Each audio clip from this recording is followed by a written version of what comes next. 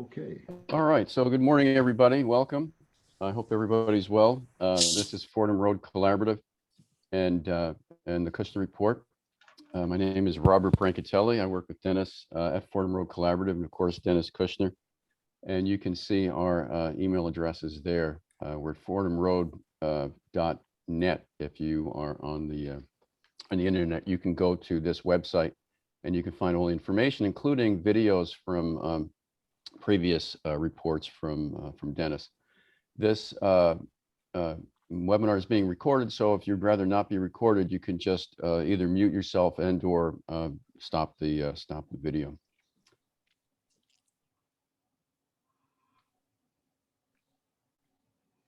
And so there's I hope you can see that. I don't know if the Good gallery looking is in guy. the way, but there we go. So there's the Kushner report. And so the next one, and as I said, I hope you can see that. Next one is Thursday, May 27th. So we do these the last Thursday of each month. They're from 8 o'clock to 9 o'clock Pacific time. Daylight savings or standard time, it's still going to be 8 o'clock Pacific. And as I said, you can click on the video button there to get a copy if you miss it. The live webinar report, you can always get a copy of it just by clicking on video. And we're usually pretty good about posting them within at least within a day or so.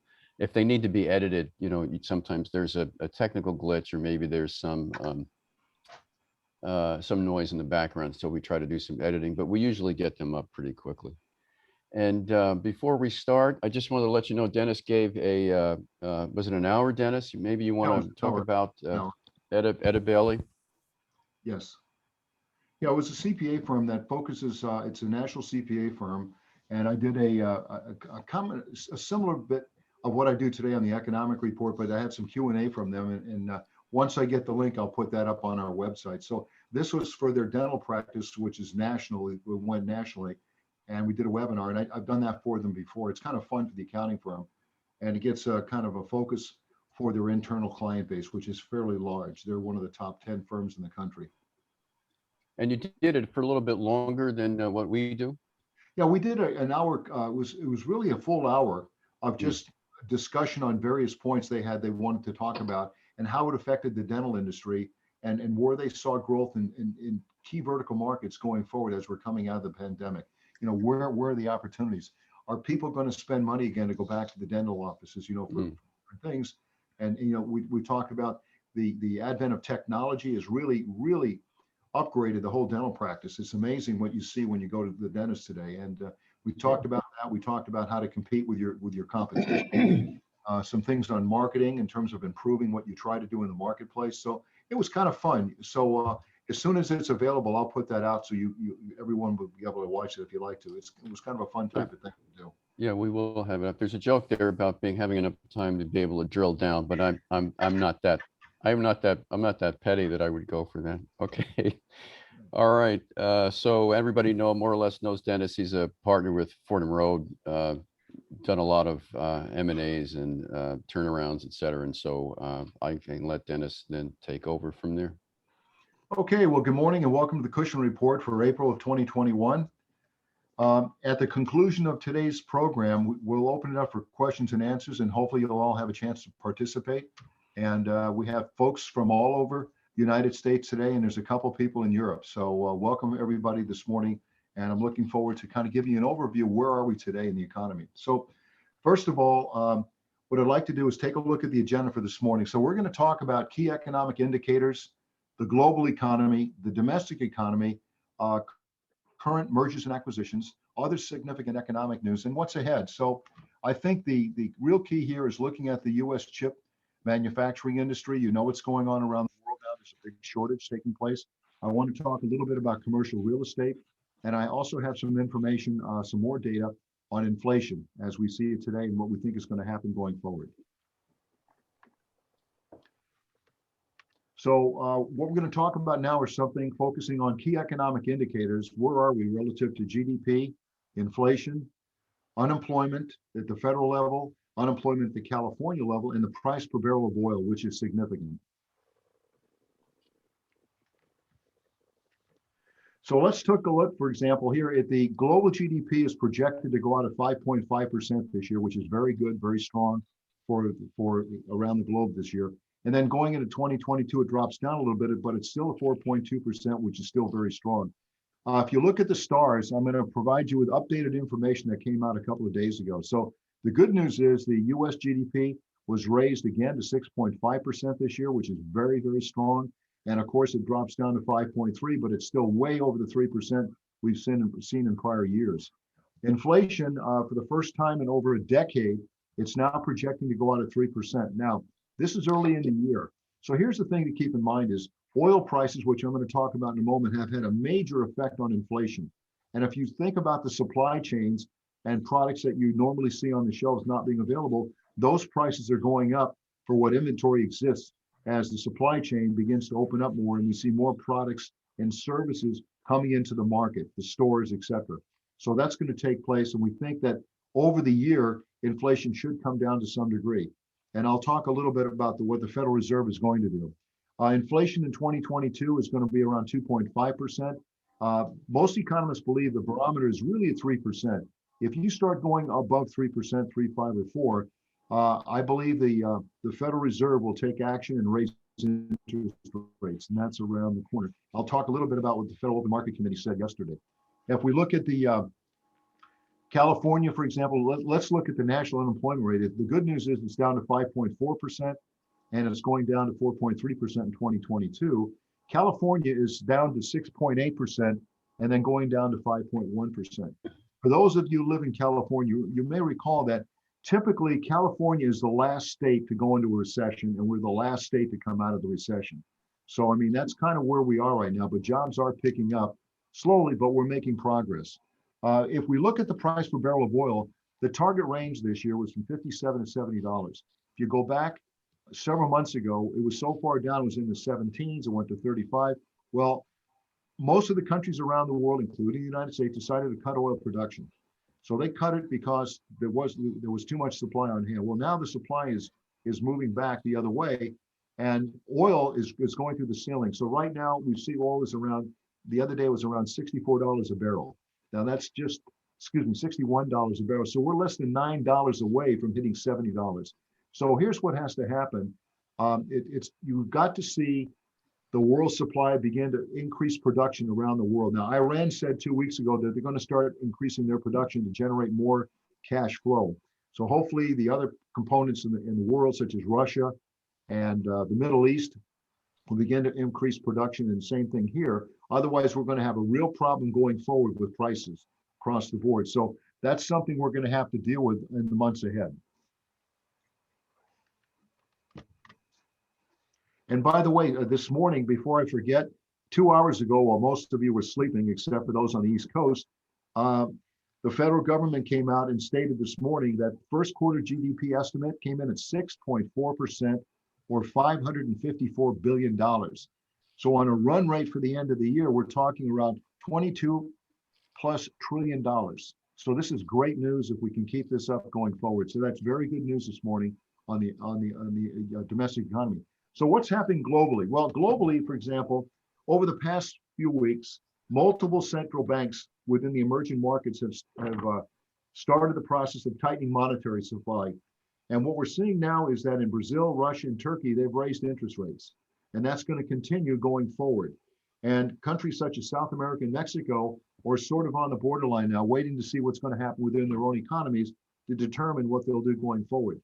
Most economists believe that the emerging central banks will tighten monetary policy despite the respective economies recovering, from the COVID-induced slowdown. So I think that's on the table right now going forward.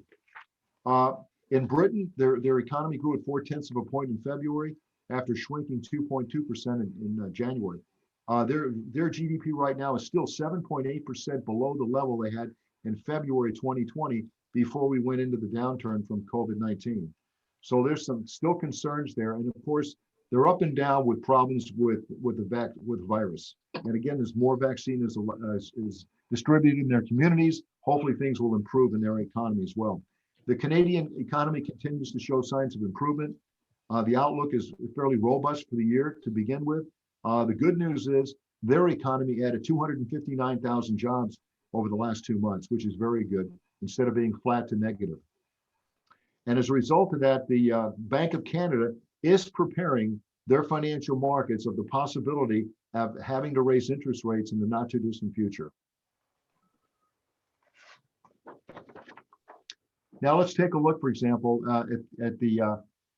so we'll take a look now at the domestic economy. So in terms of the United States, the interesting thing is the early projection by economists for the fourth quarter came out, the GDP looked like it was 6.3% or $324 billion in the fourth quarter. And again, that could change. As you know, they keep changing the numbers over the next 2 to 3 months, but that projection would say we did $21.4 trillion in the year. So this is really good. You remember back in the third quarter, the increase was 38.3% of GDP or $1.6 trillion. So we're moving in the right direction, regardless of all these other little hurdles in the way. We're still going forward. The United States government budget deficit, basically, it crossed $1.7 trillion for the first half of the year, up $743 billion during the same period. Now, keep in mind, in March alone, that went up $660 billion, and a lot of that was because of the checks that were sent out, regarding the stimulus program. Now, right now, the projection is, and you keep in mind that September 30th is the end of the year for the government. So October 1 is 2022. So between now and then, the projections are at this point that we're going to see a $3.2 to $3.5 trillion deficit for the year. Now, that's not taking into account some of the proposals the current administration is discussing now going forward. That these numbers could change if this gets approved, or some points of it get approved going forward. So we'll have to wait and see what happens there. So let's talk a little bit about the outlook for fiscal policy. We've heard a lot about this. So right now, the administration is proposing a $2.25 trillion primarily physical infrastructure policy.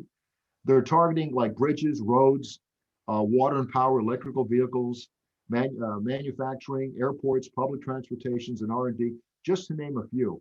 So what's interesting here is everybody's going to say, okay, what's the breakdown? Well, let me give you some numbers to think about. So for example, in transportation, we're talking about spending $621 billion. And this is for the bridges, roads, airports, and electric vehicle development. And if you look at now, they're talking about, this is the soft side, $400 billion for care for elderly and disabled Americans. And then we'll put $300 billion into building and retrofitting housing, along with constructing and upgrading the school systems.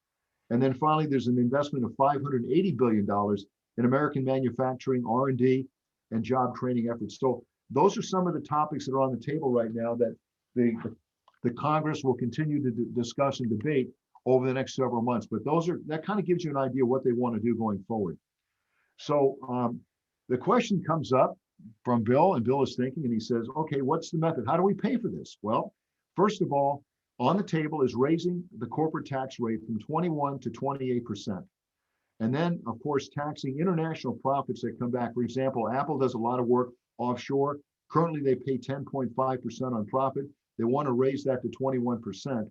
And then, of course, raising individual property taxes at the top level from 37 to 39.6. Those are the wage earners that are $400,000 a year and above. And then we're talking about capital gains. Now, in capital gains, I can't remember what the current rate is, but for the high-end users, those are people like $1 million and more, they're talking about 39% plus. And that's like 1% of the population. So those are some of the issues that are going to have to be dealt with if they decide to go forward and have to pay for this. So the outlook, for example, of exports in 2021 is very good right now. Economists believe that the volume of goods and services will be up about 12% through the year, which is very good because, as you know, things stopped moving last year because of the coronavirus. And we'll see what happens in that particular area. So let's take a look going ahead. Let's go forward for a minute here, talk about some things we talked about before. So first of all, I want to talk about the semiconductor business. So for example, here's the situation. The United States is developing new strategies to prevent it from falling further behind Korea, Taiwan, and perhaps China. And the concerns are the trade tensions we have right now and national security issues are continuing to grow in the United States. You know, for years, we were the leader in developing chip technology, et cetera, but we're losing ground in two areas. First, Intel and US foundries are lagging behind in process technology against their Asian rivals, such as Taiwan Korea, and China, and the Chinese are closing the gap. So now it's time for the United States to step up and build more fabs and to have more capacity in the United States, or we're going to be falling further behind the power curve. The times are changing. And what I mean by that is the U.S. has been losing leadership in the industry for a long time, and we've fallen behind in terms of providing leading edge foundry services, which is more than just having manufacturing capability. Now, the other thing is the chip makers continue to build new fabs in the United States, but at a much slower pace than abroad. What's amazing here is the U.S. share of world installed wafer fabs capacity declined 37% in 1990 to 12% in 2020. That's what we have left now, according to the Semiconductor Organization.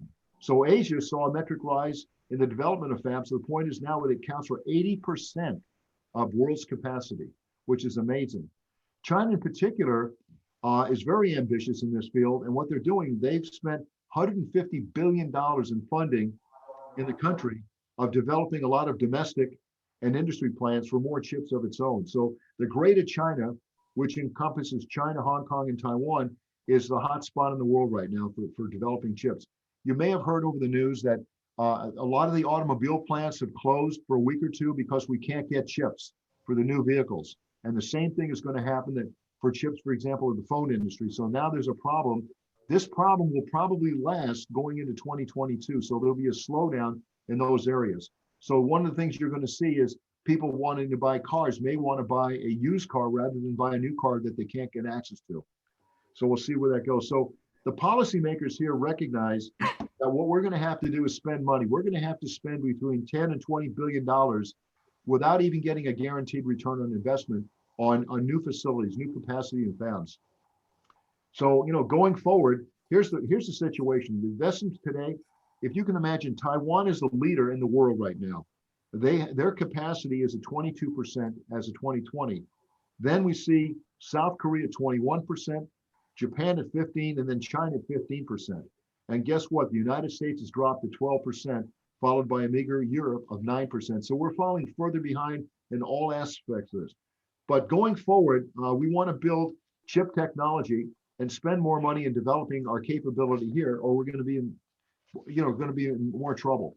One of the things that's going on here is that about 2 weeks ago, Intel announced what they're going to do. They've announced in March that they're going to spend $15 to $20 billion. They're going to build 2 new manufacturing plants in Arizona. And that's going to be starting very shortly so that we can try to get some more leverage in that marketplace and have more control over what's happening in the United States. So that's something we want to look at going forward. Okay, the next slide. Want to talk a little bit right now about something that a lot of people are concerned about, something called commercial real estate.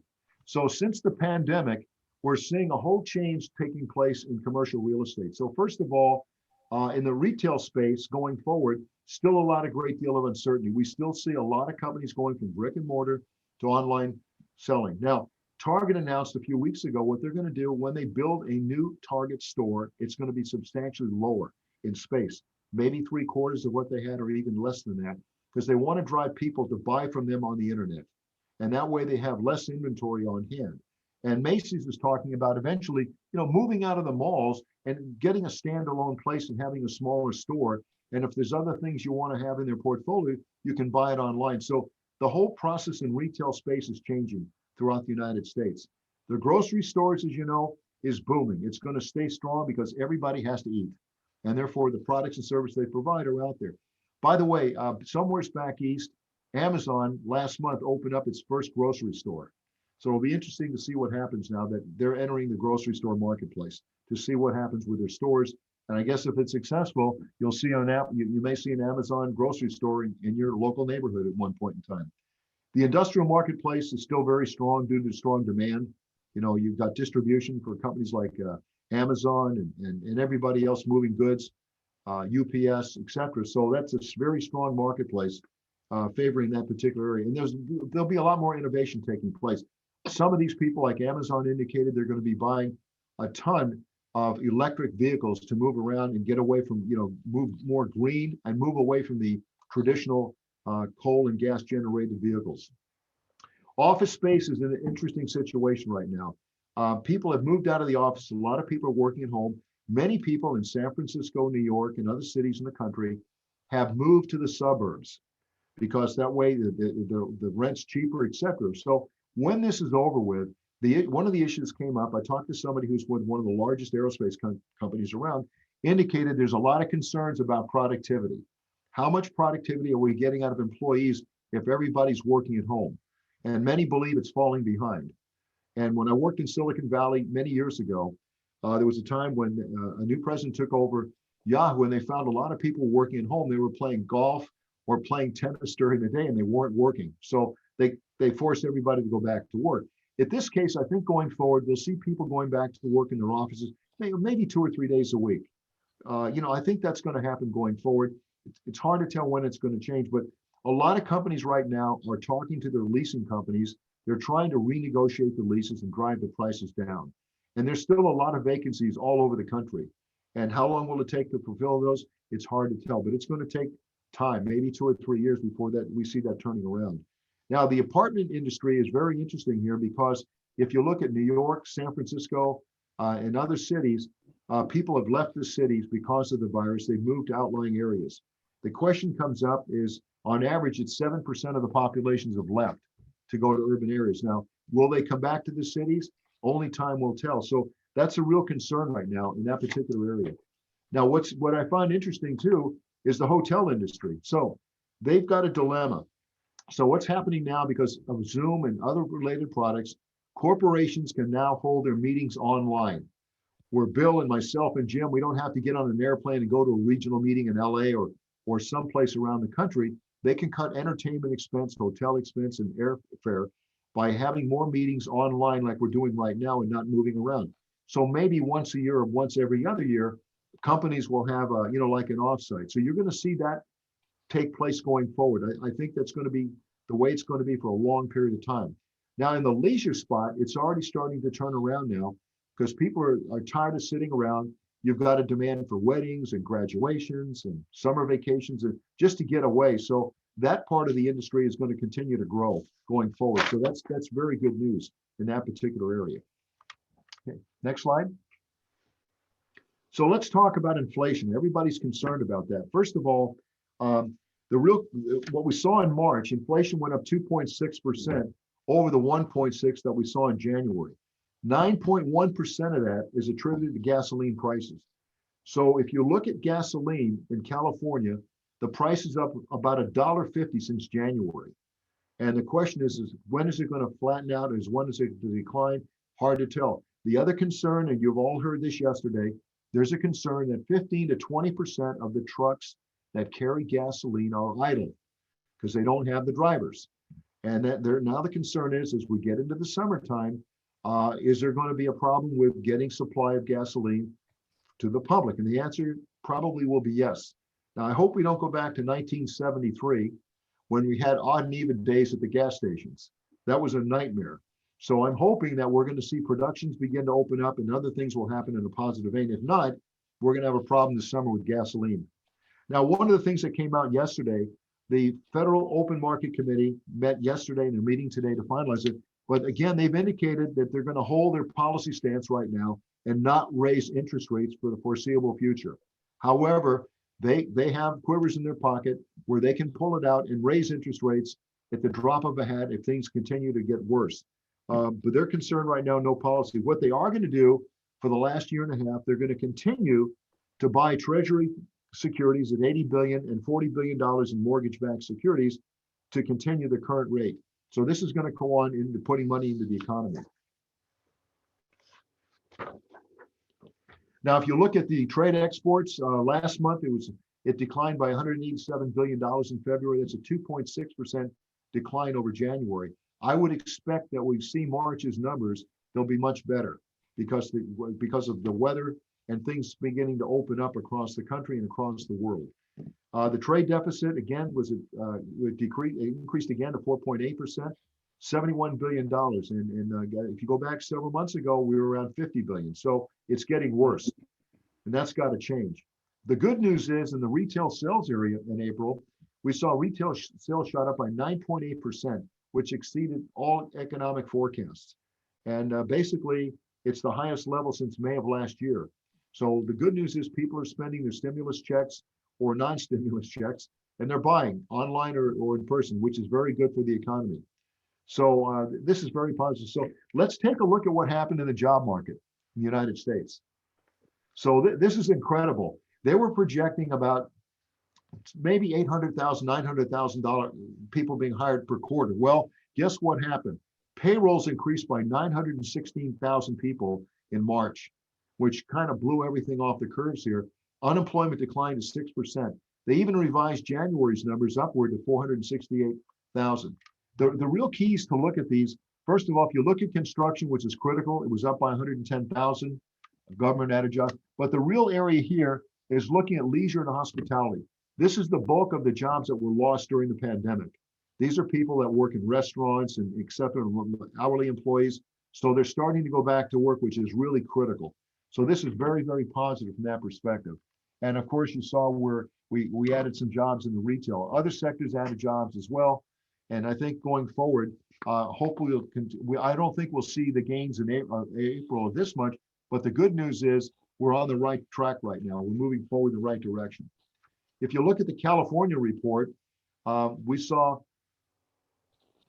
119,000 jobs added in March, and unemployment decreased from 8.3 to 8.5. Keep in mind, again, we trail the general U.S. Population.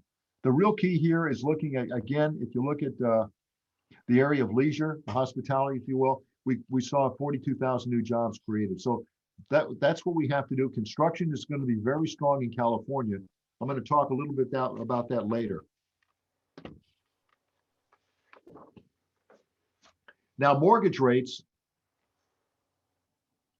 What's interesting here, they've been fluctuating up and down. So the cost for a 30-year, an average 30-year loan decreased to 3.1% from the 3.28 we saw in March. And again, there's still a very small inventory of properties available for sale. So we expect that rates will continue to rise in 2021 going forward. Now, if you follow the industry for people like Home Depot and everybody else, there's been a problem with lumber, the supply of lumber. So now it's up to over $1,000. I guess it's so I forgot what the lineage is. I think it's like on 1,000 feet of lumber. But what happened is it's over $1,000. It's more than doubled in the last 2 or 3 months. So now, if you're going to build a new house, it's probably going to add another $24,000 of cost to building that house because of the increase in wood, and also you've heard the increase in copper. So the supplies to build the new homes are going to go up substantially for the cost, and that's going to happen going forward. Now, the next thing here is manufacturing, which is really a critical component of the U.S. economy. This is fabulous news. What happened is the index shot up to 64.7 over the 60.8 that we had in February. This is the largest gain since 1983. So we're moving in the right direction with manufacturing. This is very key to the U.S. economy. This is very, very critical going forward. Now I want to talk a little bit about factory orders. Last month they dropped a bit, 0.8 of a point. And that's primarily because of the winter storms that we had in Texas and other parts of the country. It slowed down a lot of movement of products. So I would expect going forward, we're going to see those orders increase. In the area of small business confidence level, it inched up to 98.2. The real baseline is 100. And we've been well over 100 over the last several months until we had the pandemic. So hopefully that will change going forward. The consumer price index hit a level of 109.7, up from 90. And that was a huge jump that we saw in March over the last couple of months. So this is very, very good going forward. And as I mentioned to you about oil prices, when I cut it off last Friday morning or Saturday, the price was $61.43 a barrel. And like I said, this is all contingent upon the appetite for oil. Keep in mind that China, Korea, and Japan have a huge appetite for oil products. And that's the problem we're facing right now. So we're going to have to figure out a way to get more product in the marketplace, regardless of moving, from where we are now to the green economy. That's going to take a long period of time. Now, if we look at housing starts rebounded solidly in March. They rose 19.4%, which is incredible. and single family homes jumped 15.3%. So this is moving in the right direction. This is the highest levels we've seen in 13 years. If we look at new home sales, Southern California was up 14.5% in March. Let's drop down and look a little bit at Southern California. So in Los Angeles County, the median price rose 17.2%. That baseline now is the average median price house is at $750,000.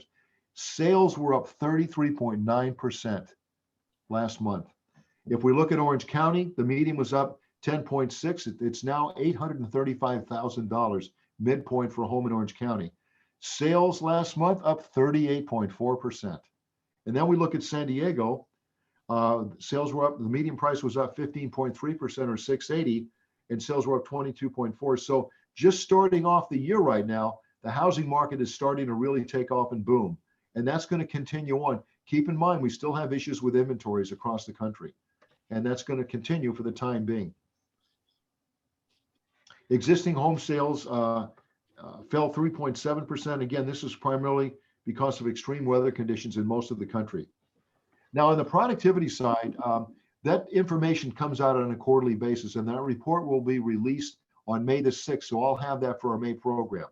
So at this point, it's hard to tell. The good news is on company displacements, for the first time in years, for a report like this, only one organization, the YMCA, because of COVID memberships, dropped 1,200 jobs. Other companies dropped maybe 30, 40, or 50. So the good news is we're not seeing widespread displacements across the country right now. So that's very strong. Now let's take a look at mergers and acquisitions. So Spotify, who is becoming a household name now, is in the process of buying Betty Labs. And what this is, it's a locker room application where sports fans and insiders can listen or participate in conversations during sports games. So you're seeing more things taking place. You get people more involved when you're sitting at a Dodger game or a New York Yankee game or something. To get involved rather than just sitting there, you can be able to play games and do other things.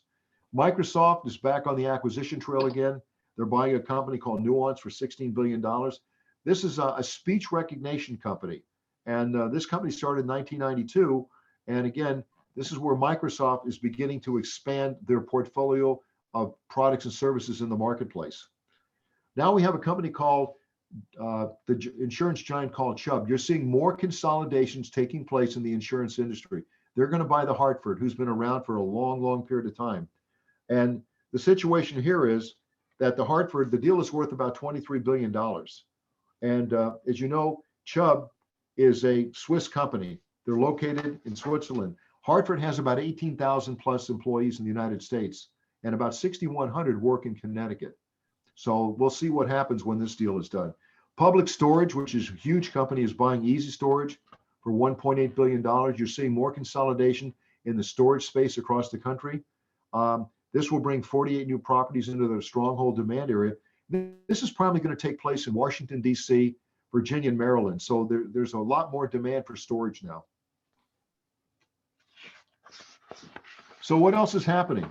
Well, I'll tell you what. If you look at Ford Motor Company, they've made a change in their direction. They were going to build more plants in the country. What they decided to do, they're moving a plant out of Ohio to Mexico.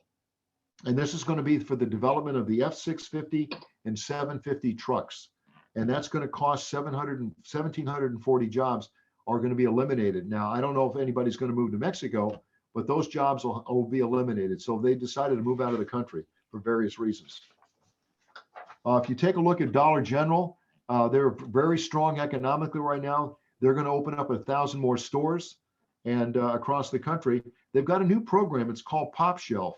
This is a target aimed to higher income suburban customers to get more people into their stores. So they're doing very well across the company. They've been able to weather the storm of the coronavirus, especially with a lot of people being out of work and having a lot less money to spend on progress.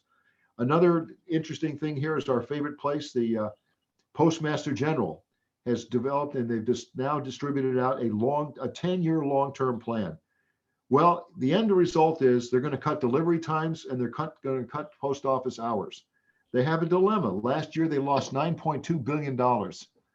And as technology is changing and everything, their costs are there, but their revenue is going down continually. As most people are doing online banking, etc., there's a problem. So what you'll see happening is you may see first class mail, you expect it the following day, it may be 2 days later. Maybe if the post offices are open on Saturdays, they'll close them.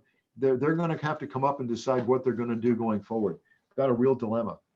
The bankruptcy situation was down 30% last year. While retail stores suffered, the other parts of the economy did not see a lot of key bankruptcies.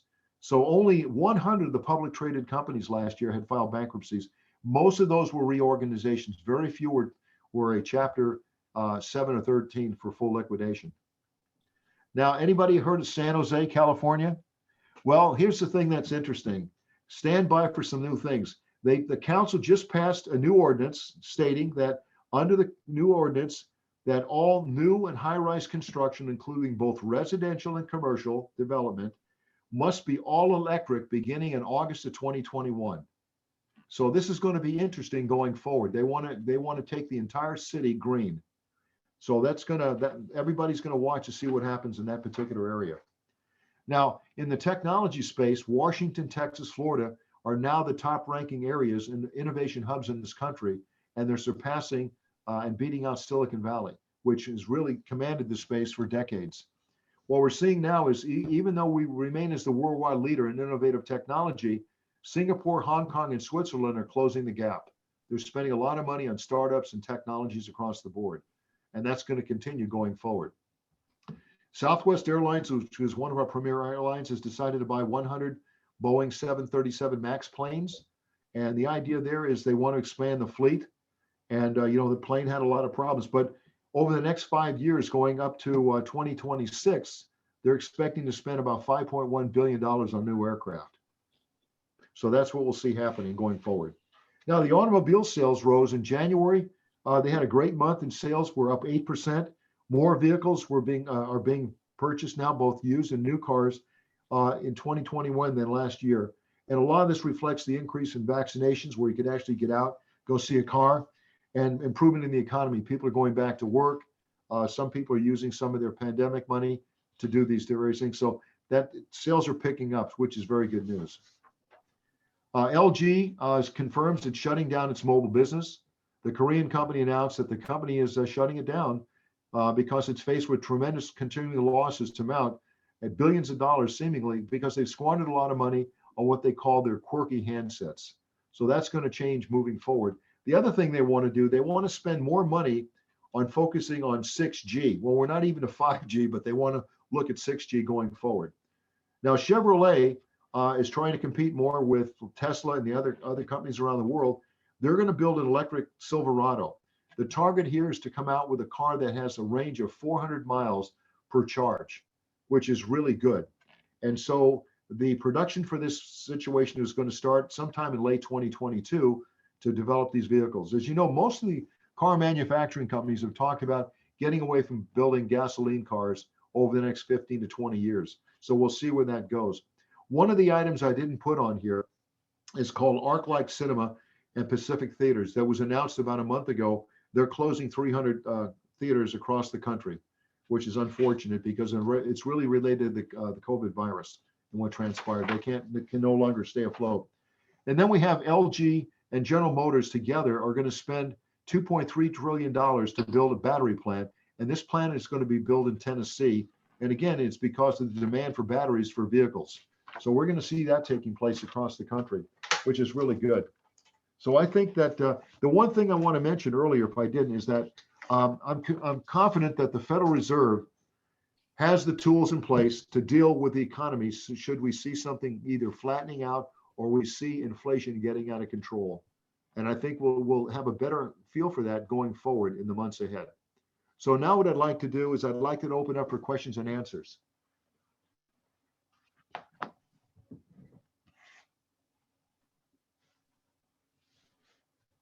Hey, Dan. Yes, Chris. Christopher, how you doing, buddy? Good. How are you? Okay, not bad. I got in a little late, so if you talked about this subject, let me know. But given China announcing its own e-currency, how disruptive will this be? Do you foresee a negative effect on the value of the dollar? the value of the dollar continues to decline. The more money we print, the value of the dollar keeps going down. And I think you're going to see that happening. What the biggest concern is right now is the funny money out there like Bitcoin.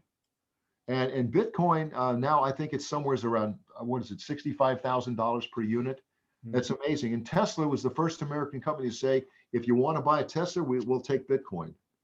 And then there's some athlete yesterday announced he's taking his whole $900,000 salary this year, and it's converting it into Bitcoin for the future. So who knows? I mean, right now there's a lot of instability going on out there with the Chinese economy and our economy. I think right now people are trying to get their countries back on balance with their economy. But the value of the dollar has gone down. There's no question. Yeah. You look at the price of groceries in the store, the price of cars, everything is going up across the board. So it's taking more money to buy more goods. Now, households have saved a lot more since the start of the pandemic. Do you anticipate a huge spending spree once COVID is over, given the amount of household savings reportedly in the trillions? I think what's happening now is people are rethinking how they spend their money. How do I spend my money? What do I want to do? Now, I think the travel industry, like Princess Cruises and Carnival, I mean, they're going to have a tough time, probably till sometime in 2022, because people are reluctant to travel either on airplanes. I mean, people are picking up, but there's a lot of concerns going forward. But I think people have more money now. Look at what's going on at Home Depot and Lowe's. I mean, it's like they're giving everything away. It's incredible. Everybody's spending money to upgrade their homes, spend more time, maybe building offices. A number of the people I used to work out at 24-Hour Fitness, they bought all this gym equipment. They built little gyms in their house.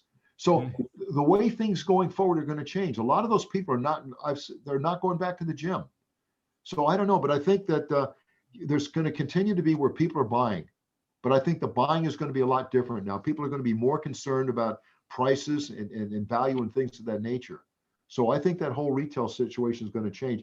Unfortunately, I think the retail marketplace, like for Penny's and Macy's and all those, the suffering is not over. I mean, there's still some more serious issues forthcoming, and we're not sure how much longer, what's going to happen. How do you reinvent the malls?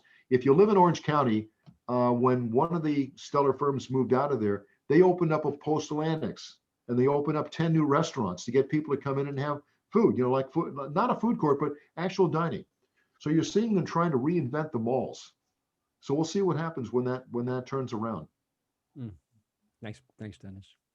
Dennis, when I was at Hilton Hotels, we were starting to take some Salvation Army outlets.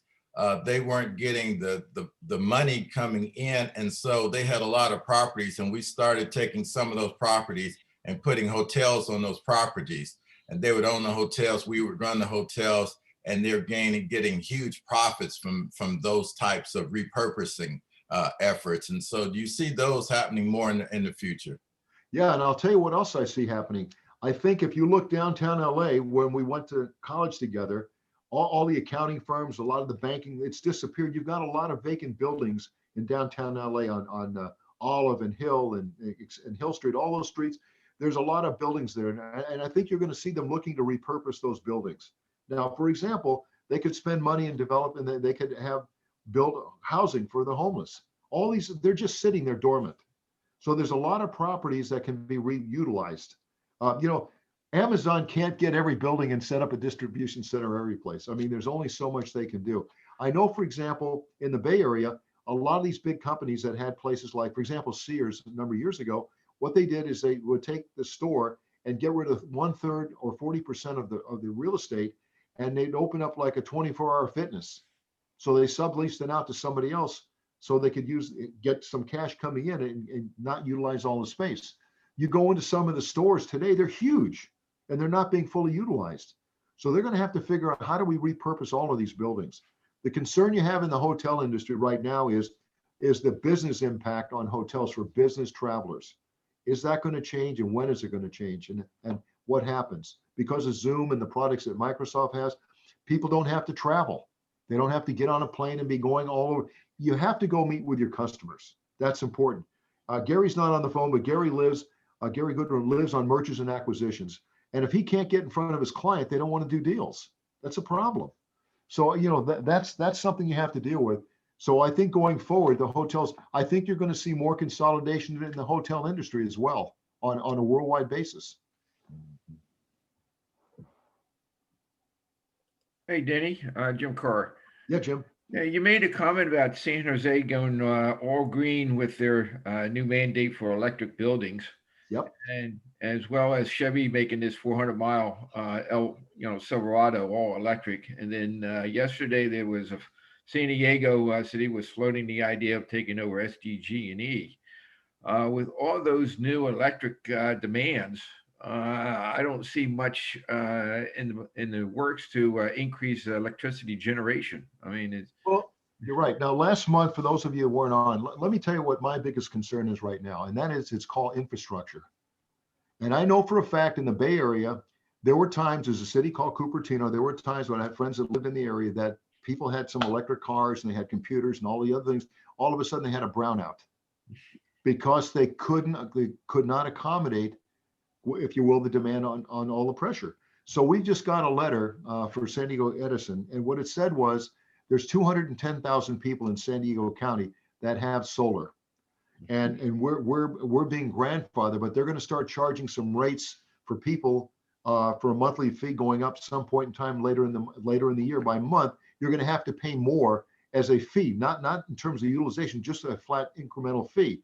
The problem is their revenue goes down, but their costs aren't going away. And if they're going to stay in business, what are they going to do? They're going to raise the rates. I mean, when's the last time we paid a quarter for a postage stamp at the post office? I don't know what the price is for a stamp. What is it? 50, 60, 70 cents a stamp. My point is they're arbitrarily going to continue to raise the rates. But I know that San Diego's talking about doing that. There's talk about the state trying to take over, what do you call it? The group up in the Northern California area. PG&E. Yeah, PG&E. So we'll see what happens. But, we don't have infrastructure. And that's across the country. So if you have all these electric vehicles, what do you do with all the batteries? The batteries have to be, where do they put the batteries? Where are they going to displace everything? No one talks about that. So that's a concern. There's a lot of things going on behind the scene that we really don't know what they're going to do. They don't talk about that. All right. So if they build more of these stations, outside like they have at Sprouts where you can plug in your electric car, and they do more and more of these, how are we going to keep this going? Look what happened in Texas when they were all using all that wind technology. Okay. What happens to your car, Bruce, if you're driving your car in Minneapolis and it's 100 below wind chill factor, and all of a sudden you need a place to charge the car? What are you going to do? What happens to an electric vehicle? I don't know, but I'm just saying there's a lot of concerns going forward about how do you support the product. Dennis, I just want to make a comment. This is my first time on here, and I really don't know many of you other than Dennis. I've seen a couple of the names around. I retired from Hilton Hotels. I was a vice president in human resources. And I stayed retired for about 6 years. And the only job I ever wanted to do was to work at USC, because I went through USC and I got 3 degrees from SC, and I've only spent paid for a semester in the summer. And so raising money for scholarships was near and dear to my heart. And so I've been back there for about 5.5 years working in Central Advancement, raising money for scholarships. And so my question, Dennis, to you is, what does it look like over the next year or so in terms of people who work in advancement and getting folks to give money for scholarships or other projects, capital projects or things like that on college campuses? I think right now you have a dilemma. A lot of people are concerned. I mean, the people going back to school, colleges, a lot of people are not going back right now. They've decided they're going to take time off, maybe go to work, maybe not go back to school. There's a lot of concerns about that right now. They're about going back to the campuses. There's concerns about what the government is proposing to do. What do they want to do? Do they want to fund colleges, for example, junior colleges? I think people are just going to wait and see for right now. I think some of the schools like Harvard and Stanford, those are Rice, they're still getting a lot of money, but the other ones are not getting a lot of money. The donors are waiting to see what's going to transpire. And I think that's the way it's going to be, at least for this year. I think a lot of things we would like to see happen will not happen until 2022, when people feel more comfortable what's going on economically. They're kind of holding on to a lot. There's a lot of nonprofits out there.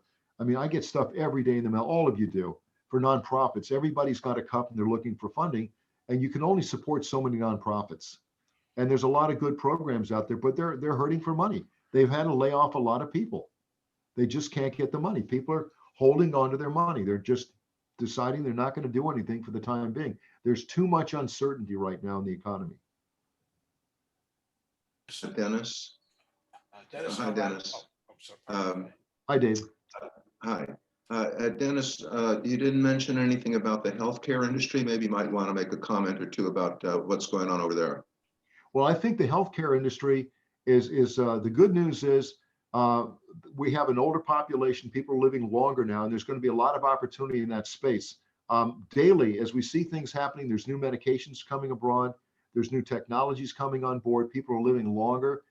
There's going to be a lot of jobs in that area, tremendous amount of opportunities in that space for seniors and everything else. I think you're going to see more of that taking place going forward. A lot of money is going to be invested in technology. As I mentioned, the dental practices, a lot of money is going to be invested in that particular area going forward. So I think that's a good area to go into in that healthcare area, without a doubt. The other thing I'd like to say, even though it's not there, keep in mind, we're starting to see biotechnology products and processes coming back and being done in the United States, which is good. So we can control our IP and develop the products here at home. And I think we need to do that going forward. You know, unfortunately, for anybody in this on the call today, I have a friend of mine that used to work for Jack Welch at GE.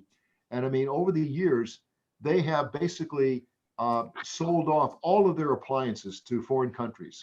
And they're primarily in the aerospace industry now. And we've seen a lot where we've mortgaged a lot of our products, laptops, computers, everything else. And I think it's time to see some of these things come back and be done, you know, be built here. Now, even if we bring manufacturing back, keep in mind, one engineer today can do the job of 7 to 10 engineers because of technology. So it's not a question of hiring zillions of engineers. But I think going forward, it's going to be very strong. Our healthcare system is very strong, and it's going to get a lot stronger because, like I said before, people are living longer. And I think that's positive. Dennis? Ellen, yes, sir. Interesting phenomena. A lot of my friends in the restaurant business and the event planning business are having problems in that they have groups that want to have events, but they can't get the staff to come back to work, so they're unable to support the events. How much longer is this going? How much longer does this unemployment program go? I think what you're going to see, I think some of these programs, I believe, are going to phase out as the economy gets stronger. And the sad thing is, in San Diego, we've seen several restaurants here have gone forever, which is too bad because it just couldn't. But if you go to some of the restaurants, LA County first, and I think Orange County second, they're talking about within a week or two going yellow, which means you can open up everything. And I think if people want to get a job, if they're getting a lot of unemployment, that's going to come to an end. Clearly, whatever that term frame, it's going to come to an end, going to force people to go back to work. So I think you're going to find a lot. Now, keep in mind, a lot of restaurants are gone forever. So a lot of these people that worked in the restaurant industry are going to have to find other restaurants where they're hiring people. So I think you're going to see that happen. You'll still see people that are going to junior college or kids in high school that want to work are going to be working in restaurants going forward. So it's positive. It's just going to take time for this whole thing to move forward. Dennis, we have about 3 minutes. So if there's one final question, or maybe you have some final comments about today. Yeah, I mean, it's great to get everybody on board. We come from different backgrounds. Bruce Conklin over there is one of my heroes. He's a great turnaround guy. I mean, there's just a lot of things going on now. I mean, where did the last 15 months go? It's like we went to sleep and we woke up and here we are. It's 2021. You realize that Saturday is May the 1st? It's unbelievable. We're heading into the second. We're in June represents the end of the second quarter of 2021. I mean, that's how fast things are going. But we're moving in the right direction. We're moving in the right direction. It's very positive. The weather is better, and I think the economy is picking up. There'll be a lot of opportunities. There's been a lot of casualties in terms of businesses. Look, 50 to 60% of those companies that were closed when this happened, they're not coming back and they won't come back. I mean, you've seen at some point in time, we'll never hear the word Sears again. All right. I mean, there's only like 100 stores left in the country. 3-4 years ago, there were 4,000. So you're seeing a lot of things. You're going to see more consolidation in the marketplace taking place. You're going to see companies that if they can't grow organically, they're going to have to either divest or they're going to have to buy their competition or buy something else or even look into new markets. I mean, every time you turn around, Amazon comes up with a new idea.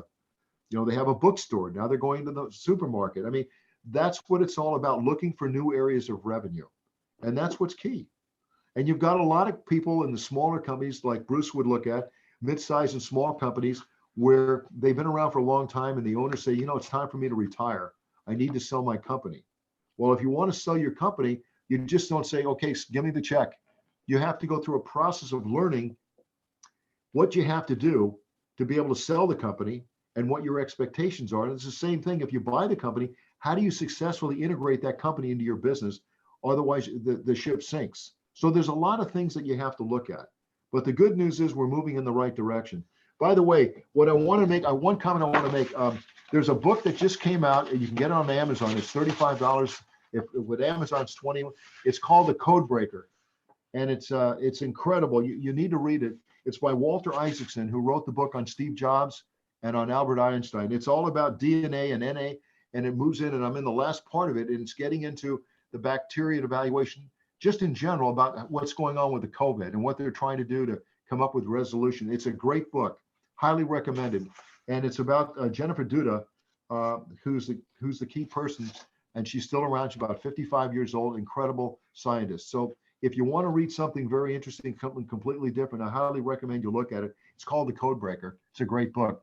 But I appreciate it. Does anybody else have any questions? We can stay a little bit longer if you'd like. Yeah, I got one about the self-driving car revolution, spearheaded by, Elon, conditioned probably by the current working from home lifestyle. Do you see an age where we will never drive a car anymore? I hope not. No, I mean, maybe in 20 or 30 years, I don't know. It depends on how quickly this is going to catch on. It really depends on how it's going to catch on. We don't know. I mean, I enjoy getting out and driving my car without the car driving. And you feel like, how would you like to fly an airplane blindfolded? It's the same thing with driving a driverless car. What happens if there's a mistake or something happens, you got a problem. Yeah. So I don't know. I think we're a long way from seeing that across the board. Bruce, any thoughts? Well, I mean, I think the common denominator in all of this is the uncertainty really comes from COVID, because all the side effects, it's not really the virus, it's how that's going to affect our lives. I mean, I can see, for instance, I remember when we went from segregated restaurants, smoking and non-smoking, to all of a sudden every restaurant was smoke-free. Well, you could have COVID-free environments. So then the question is, if we're going to push COVID-free, then in theory, people would feel comfortable, but that's pretty limiting, because then everybody'd have to be able to prove they were vaccinated or something. So all I'm saying is, and that's just one aspect, is COVID's really going to, and I agree with you, Dennis, I think it's easily into next year, because you really don't know where things are going to go. You may not be able to get on a cruise ship unless you're internationally COVID. There's going to have to be some certification to put people on airplanes and things like that going forward, if we're going to be quote unquote free of all this. It's an opportunity, unfortunately, for power to control things. We don't know where that's going to go. And I'm not trying to be a conspiracist, but whenever you put hands in the government, I'm concerned with government taking over utilities and other things, because all of a sudden everything's controlled by really a very inefficient process. Right. So, I mean, I think there are evils from profit orientation, where companies are really doing things for profit, but there's also the costs associated with nonprofit, which is really government, which is there is no there's no cost large enough that you shouldn't spend for something, is all these things are going to cost us a lot of money. And so, and we're going down so many lines at the same time. I mean, right now it's in theory, no taxes for anybody under 400 unless of course you're an investor. I see a major pressure on taxes. I mean, I can see us being easily a plus 50% tax nation within 10 years because it's just too much. Unless you subscribe under the theory that it's okay to keep, refinancing your home. And that's really all we're doing here. And we're just refinancing United States. So I'm not smart enough. It's too big an issue. That's part of the problem. I mean, I know my limitations and I know that we have a lot of people running the country that are smart, but they're not that smart. How much smarter are they than all of us? And so I'm concerned with long-term decisions. We're making so many decisions today that could have huge, huge effects on, and the population is really not increasing. I mean, if you look at the worldwide population, it's decreasing. So you can't make the argument there are going to be more people working. And if you make the argument that more people are going to live longer, then you're going to have less and less working people supporting everything. That's right. So if you can't see in 10 years over a 50% income tax rate, then I don't know where it's going to come from. Because you can all, and the more people that work for the government doesn't create income. That's the other problem. So you're going to have less and less people working in companies that make money and pay taxes.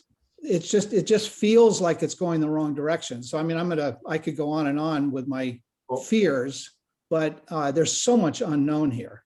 Yeah. Let me tell you something. About 2 years ago, there was a study done for a group out of Harvard, and it had to do with the taxation. And it was saying that, the tax rate, I forgot what the tax rate was. Let's say it was 28%, a few years ago. And they were saying that the average taxes being paid, the average was something between 18 and 20% of what they were, forget what the rate was. That's what they were actually paying, 18 to 20%, because of all the deductions. Okay. So even though the rate was there, it's the same thing. So if you have legitimate deductions, it reduces your tax liability. That's the key. And and I believe the 1% of the end of the top of the United States, the people that make all this money, a baseball player that makes $300 million for 10 years, you can tax them. There's no way that group of people can cover the tax liabilities we have. It's impossible. It's going to come from every place. The problem is, a study was done by one of the big four accounting firms a few years ago when we were living up north, and it came up with a study. I don't remember who it was, one of the big four, and they were saying, like, for example, the state of California could eliminate 100,000 jobs, okay, and save X number of dollars, and you wouldn't miss the people at all. So government has grown. It's just too big, and that's a problem. And when you're right, what do? They raise sales tax. What do they?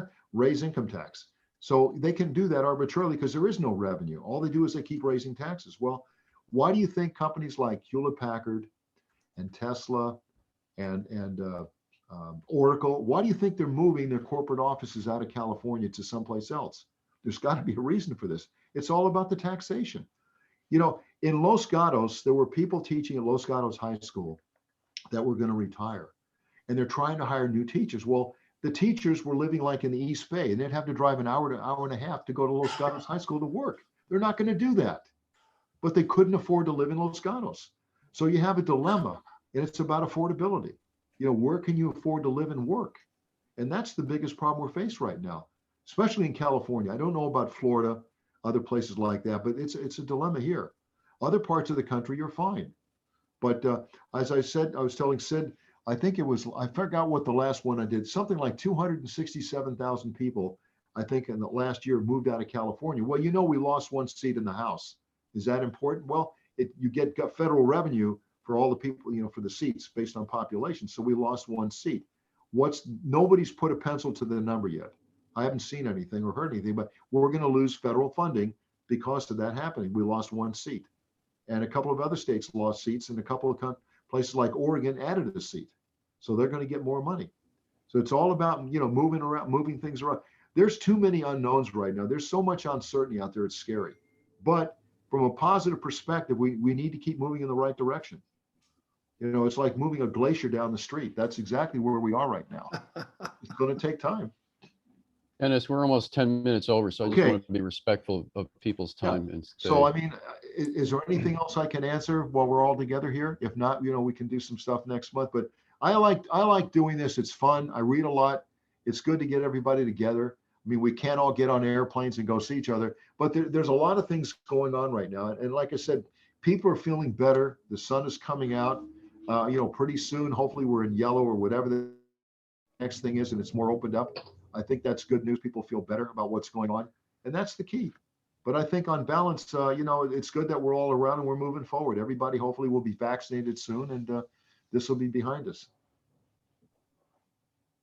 Thanks, everybody. Okay, guys, thank you, everybody. Thank you for joining, and we'll see you again in May. Thank you very much, Dennis. Okay, Bye. bye. Thanks, Dennis. Bye.